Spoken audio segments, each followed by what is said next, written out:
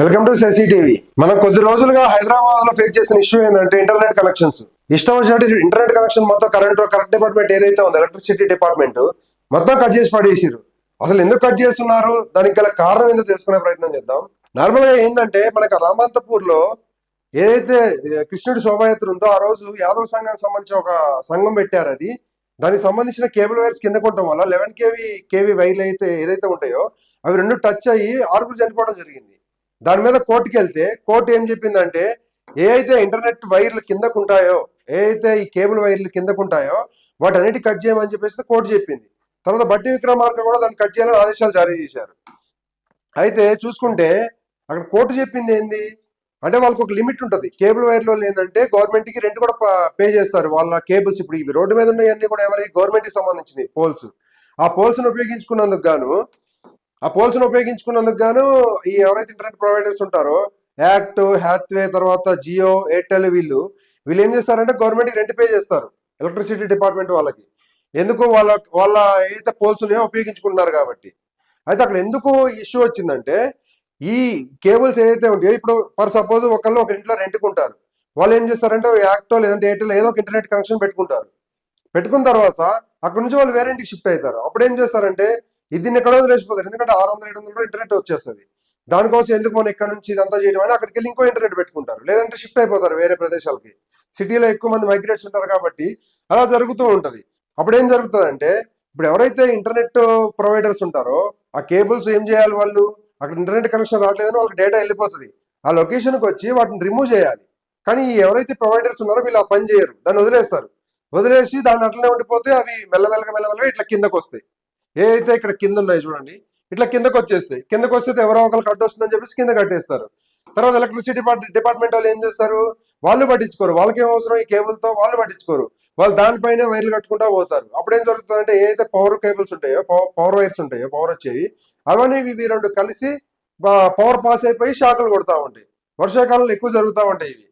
ఇక్కడ గవర్నమెంట్ తీసుకున్న చర్య ఎంత ఇదిగా ఉందంటే హైదరాబాద్ సంబంధించిన ప్రజలందరూ కూడా అసంతృప్తి వ్యక్తం చేస్తున్నారు. ఎందుకు వ్యక్తం చేస్తున్నారంటే వీళ్ళు ఏం చేయాలి, అది గవర్నమెంట్ పెద్ద వ్యవస్థ.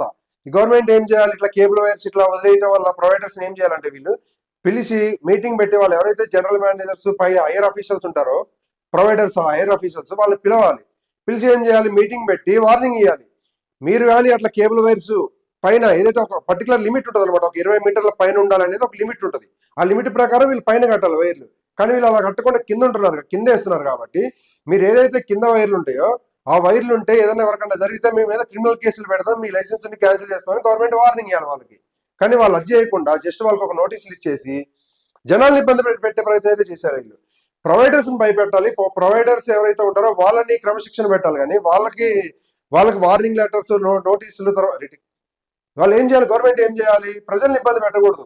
ప్రొవైడర్స్ ఎవరైతే ఉంటారో వాళ్ళని ఇబ్బంది పెట్టాలి, వాళ్ళకి వార్నింగ్ ఇవ్వాలి, వాళ్ళ లైసెన్స్లకు రద్దు చేద్దామని చెప్పాలి. ఇప్పుడు వాళ్ళకి ఆప్షన్ ఉంటుంది కదా గవర్నమెంట్ కి, వాళ్ళు అనుకుంటే ఏ లైసెన్స్ రద్దు చేయొచ్చు, ఏది ఇర్రెగ్యులర్ గా వాళ్ళ రూల్స్ ప్రకారం రూల్స్ అండ్ రెగ్యులేషన్ ఫాలో అవ్వని కంపెనీస్ కి. కానీ ఇక్కడ గవర్నమెంట్ ఏం చేసింది, ప్రజల్ని ఇబ్బంది పెడుతుంది. వర్క్ ఫ్రమ్ హోమ్ చేసుకునే వాళ్ళు, అలాగనే ఆఫీసులు, తర్వాత ఎక్కడ ఇప్పుడు మన హైదరాబాద్ చూసుకుంటే ఇంటర్నెట్ లేకుండా ఏ పని జరగదు, అంతా ఐటీ అప్ అయిపోయింది మన హైదరాబాద్. అంతేకాకుండా ఏ ఆఫీస్ లో చూసుకున్నా కానీ 2-3 ఇంటర్నెట్లు ఉంటాయి, ఎందుకంటే వాళ్ళ హై స్పీడ్ ఉండాలి ఇంటర్నెట్ అని చెప్పేసి.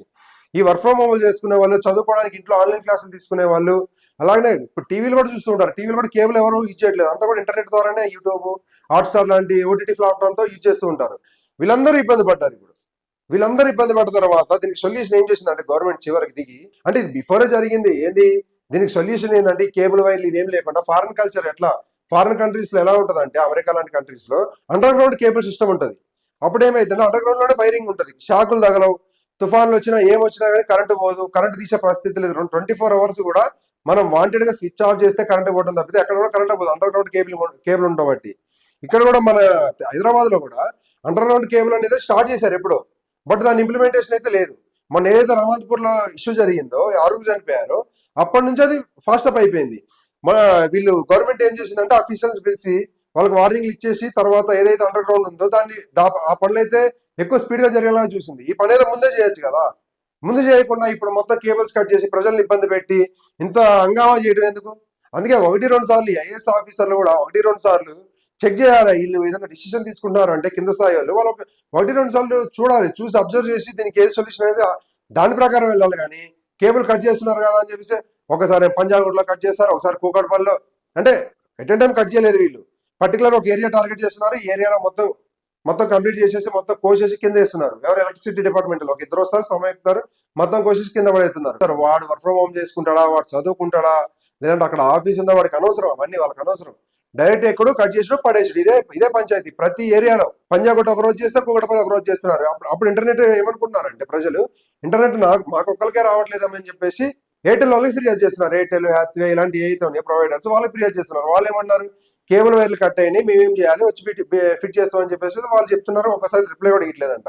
అదే గవర్నమెంట్ ఏం చెప్తుందంటే, మాకు ఇంటర్నెట్ ఇట్లా ఇబ్బంది వస్తుందంటే ఏమన్నారంటే వాళ్ళు, మీకు ఎవరైతే ప్రొవైడ్ చేస్తున్నారో వాళ్ళు కంప్లీట్ చేసుకుని అని చెప్తున్నారు గవర్నమెంట్ వాళ్ళు. అదేంది మీరు కట్ చేసి వాళ్ళు కంప్లీట్ చేయడం ఏంది ఇది?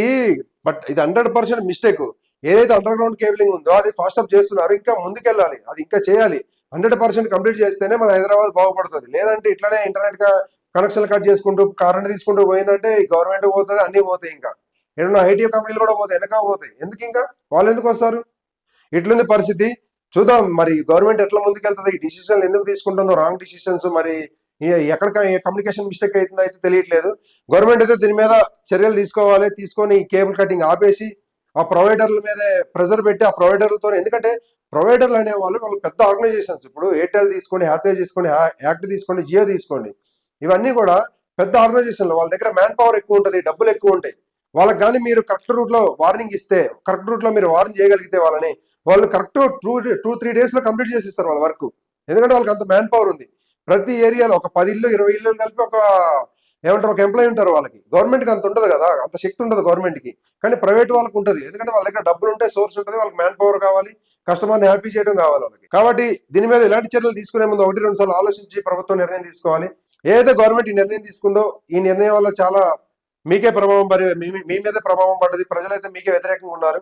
మీరు దీన్ని తొందరగా క్లోజ్ చేసి ఏదైతే మీరు అండర్ గ్రౌండ్ వైరింగ్ వేద్దాం అనుకుంటారో అంతా కంప్లీట్ చేస్తే బాగుంటుంది అనేది ప్రజలు కోరుకుంటున్నారు.